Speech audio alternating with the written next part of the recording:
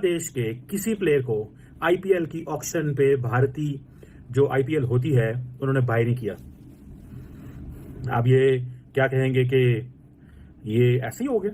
शिद्दत पसंदी जहाँ भी होती है वो नुकसानदेह होती है और माजरत से हम एक कौम नहीं रहे, हम एक हजूम बन गए और हजूम जहाँ कहीं भी होगा वो खतरनाक सूरत में होता है। भारत के जय शाह साहब ने, अमित शाह साहब ने, नरेंद्र मोदी साहब ने, डॉक्टर जयशंकर साहब ने, ये मोहम्मद यूनुस साहब और बांग्लादेश को सबक सिखाया है। हर दूसरे दिन हम सुनते हैं, दुनिया में खबर चलती है कि इंडिया जो है उसमें टेस्ट हो रहे हैं और पाकिस्तान में प्रोटेस्ट हो रहे हैं। और दूसरी बात, हम क्यों सीखेंगे?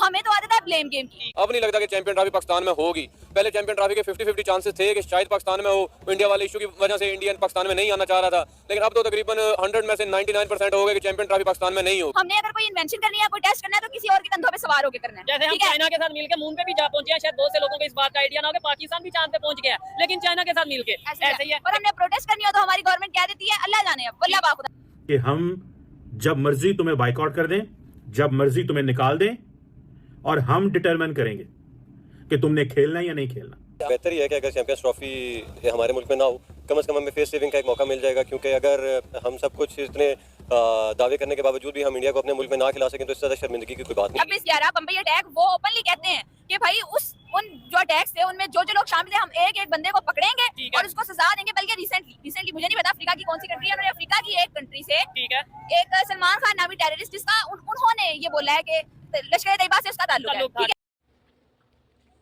नमस्कार दोस्तों, मेरा नाम है विश्वनाथ और आप देख रहे हैं विश्वनाथ रिएक्शन चैनल। तो आज की ब्रेकिंग न्यूज़, बांग्लादेशी टीम को एयरपोर्ट से भगाया। तो भाई, बांग्लादेशी टीम को आईपीएल में किसी भी ऑक्शन में किसी भी 10 टीमों में से किसी ने नहीं खरीदा, तो उनको एयरपोर्ट से ही भगा दिया। तो भाई जाओ, तुम मस्त रहो, उधर ही खेलो, तुमसे राम राम, तो जाओ, भागो यहाँ से।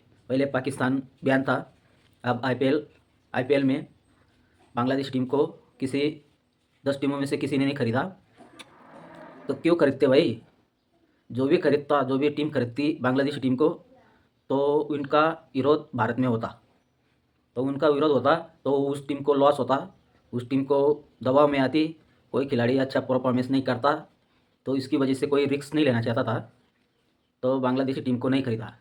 तो भाई, बांग्लादेश में हिंदुओं के ऊपर अत्याचार हो रहा है, हिंदुओं के ऊपर मंदिरों को तोड़ा जा रहा है, भारत के बारे में अनाप शनाप बोल रहे हैं। तो भाई ऐसा चलेगा तो आटे की लाइन पर, पाकिस्तान की राह पर चले गए, आटे की लाइन पर लगेंगे तुम लोग भी। भाई तुम्हारा भविष्य भी वही दिख रहा है, आटे की लाइन पे लगने की। सालों मदरसों छाप रहे थे सर ये मुसलमान, दिमाग नहीं रहता इनके ऊपर। अरे इनके हिंदुओं के ऊपर अत्याचार कर रहे हैं बांग्लादेश में और मंदिरों को तोड़ा जा रहा है, और तुम्हारे साथ खेलो। क्यों खेले भाई? भारत से पैसा कमाओ और तुम हिंदुओं को जो पैसा उसके ऊपर पैसा कमा रहे हैं उनके ऊपर अत्याचार कर रहे हो तुम लोग, तो क्यों खेलेंगे भाई? तो भाई पाकिस्तान में चर्चा चालू है, हमारे भाई को, बांग्लादेशी भाई को, उनको भी आईपीएल में नहीं खरीदा। तो पाकिस्तानी हो, तुम दोनों टीम मिलकर आईपीएल बनाओ या कुछ बनाओ, उधर तुम दोनों साथ में खेलो, एक दूसरे का गला काटो, बस यही काम करो। पाकिस्तानी मीडिया में चर्चा चालू है। तो भाई भारत ऐसा क्यों कर रहा है? आप चैंपियन ट्रॉफी भी हमारे साथ ऐसा, तुम्हारे साथ ऐसा ही करना चाहिए भाई। तुम जिसके साथ खाते हो वही थाले में छेद करते हो, तुम लोग ऐसे हो, तो तुम्हारे से दूरी रहा तो अच्छा रहता है। तुम्हें आटे के लाइन पे ही लगाएंगे भारत। तुम अब मोदी को गाली दे रही है, जय शाह को गाली दे रहे हैं। डॉक्टर जयशंकर साहब ने संसद में खड़े होकर बांग्लादेश को चेतावनी दी कि भाई सुधरो और हिंदुओं पर अत्याचार हो रहा है उसको रोको, नहीं तो आखिरी फैसला हमारा होगा। तो उनको भी चेतावनी दे दी भाई संसद में खड़े होकर। तो देखते हैं वीडियो देखने के बाद में शेयर, सब्सक्राइब, कमेंट ज़रूर कर देना। नए जुड़े हो तो सब्सक्राइब ज़रूर करना, तो ऐसी ही वीडियो देखने मिलेगी। तो देखते हैं वीडियो, पाकिस्तानी मीडिया क्या क्या बोल रही है। भारत के जय शाह साहब ने, अमित शाह साहब ने, नरेंद्र मोदी साहब ने, डॉक्टर जयशंकर साहब ने, ये मोहम्मद यूनुस साहब और बांग्लादेश को सबक सिखाया। पैसा कमाएंगे, लेकिन आपको ये जानकर हैरानी होगी कि 10 आईपीएल टीम की फ्रेंचाइजीज हैं उनमें से एक भी बांग्लादेश के प्लेयर के ऊपर बोली नहीं लगाई। अब सोशल मीडिया पर इसको लेकर कई लोग कह रहे हैं कि पहले ही इन लोगों ने साठगांठ कर ली और तय कर लिया कि भाई बांग्लादेश में जिस तरह के हालात हैं उनको देखते हुए बांग्लादेशी प्लेयर हमारे यहाँ नहीं खेलने आए तो बेहतर रहेगा।